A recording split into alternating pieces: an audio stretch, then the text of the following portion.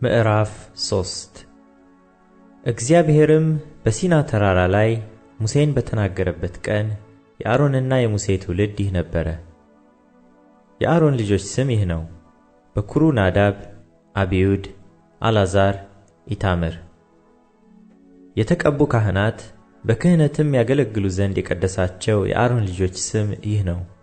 ናዳብና አብዩድ በሲና ምድረ በዳ በእግዚአብሔር ፊት ልዩ እሳት ባቀረቡ ጊዜ በእግዚአብሔር ፊት ሞቱ፣ ልጆችም አልነበሯቸውም።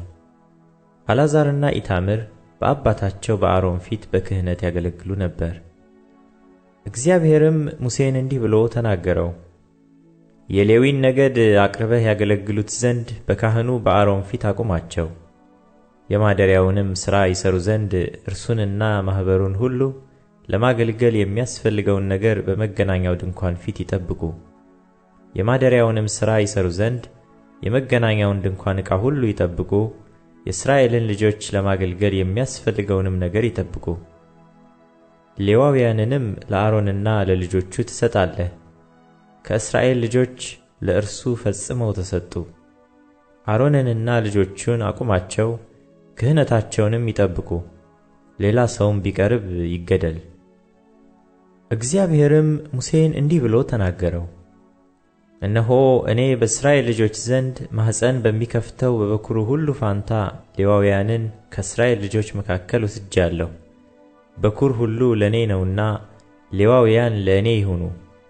በግብፅ ምድር በኵርን ሁሉ በመታሁ ቀን ከእስራኤል ዘንድ በኵርን ሁሉ ሰውንና እንስሳን ለእኔ ለይቼአለሁ፣ ለእኔ ይሁኑ። እኔ እግዚአብሔር ነኝ። እግዚአብሔርም ሙሴን በሲና ምድረ በዳ እንዲህ ብሎ ተናገረው። የሌዊን ልጆች በየአባቶቻቸው ቤቶች በየወገናቸውም ቁጠር። ወንዱን ሁሉ ከ1 ወር ጀምሮ ከዚያም በላይ ያለውን ቁጠራቸው። ሙሴም እንደ እግዚአብሔር ቃል እንዳዘዘው ቈጠራቸው። የሌዊ ልጆች በየስማቸው እነዚህ ናቸው፤ ጌድሶን፣ ቀዓት፣ ሜራሪ። የጌድሶንም ልጆች ስሞች በየወገናቸው እነዚህ ናቸው፤ ሎቤኒ፣ ሰሜኢ። የቀዓትም ልጆች በየወገናቸው እንበረም፣ ይስዓር፣ ኬብሮን፣ ኡዝኤል። የሜራሪም ልጆች በየወገናቸው ሞሖሊ፣ ሙሲ። የሌዋውያን ወገኖች በየአባቶቻቸው ቤቶች እነዚህ ናቸው። ለጌድሶን የሎቤናውያን ወገን የሰሜአውያንም ወገን ነበሩት። የጌድሶናውያን ወገኖች እነዚህ ናቸው። ከእነርሱ የተቈጠሩት የወንዶች ሁሉ ቁጥር ከ1 ወር ጀምሮ ከዚያም በላይ የተቈጠሩት 7500 ነበሩ። የጌድሶናውያን ወገኖች ከማደሪያው በኋላ በምዕራብ በኩል ይሰፍራሉ። የጌድሶናውያንም አባቶች ቤት አለቃ የዳኤል ልጅ ኤሊሳፍ ይሆናል። ጌድሶናውያንም በመገናኛው ድንኳን የሚጠብቁት ማደሪያው፣ ድንኳኑም፣ መደረቢያውም፣ የመገናኛው ድንኳን ደጃፍ መጋረጃ፣ በማደሪያውና በመሠዊያው ዙሪያ ያለው የአደባባዩ መጋረጆች፣ የአደባባዩም ደጃፍ መጋረጃ፣ ለማገልገሉም ያሉት ገመዶች ሁሉ ይሆናል። ከቀዓትም የእንበረማውያን ወገን፣ የይስዓራውያንም ወገን፣ የኬብሮናውያንም ወገን፣ የኡዝኤላውያንም ወገን ነበሩ። የቀዓታውያን ወገኖች እነዚህ ናቸው። ወንዶች ሁሉ እንደ ቁጥራቸው ከ1 ወር ጀምሮ ከዚያም በላይ 8600 ነበሩ። መቅደሱንም ይጠብቁ ነበር። የቀዓት ልጆች ወገኖች በማደሪያው አጠገብ በደቡብ በኩል ይሰፍራሉ። የቀዓታውያንም ወገኖች አባቶች ቤት አለቃ የኡዝኤል ልጅ ኤሊሳፈን ይሆናል። ታቦቱንም፣ ገበታውንም፣ መቅረዙንም፣ መሠዊያዎቹንም፣ የሚያገለግሉበትንም የመቅደሱን ዕቃ፣ መጋረጃውንም፣ ማገልገያውንም ሁሉ ይጠብቃሉ። የሌዋውያንም አለቆች አለቃ የካህኑ የአሮን ልጅ አልዓዛር ይሆናል። እርሱም መቅደሱን በሚጠብቁት ላይ ይሆናል። ከሜራሪ የሞሖላውያን ወገን የሙሳውያንም ወገን ነበሩ።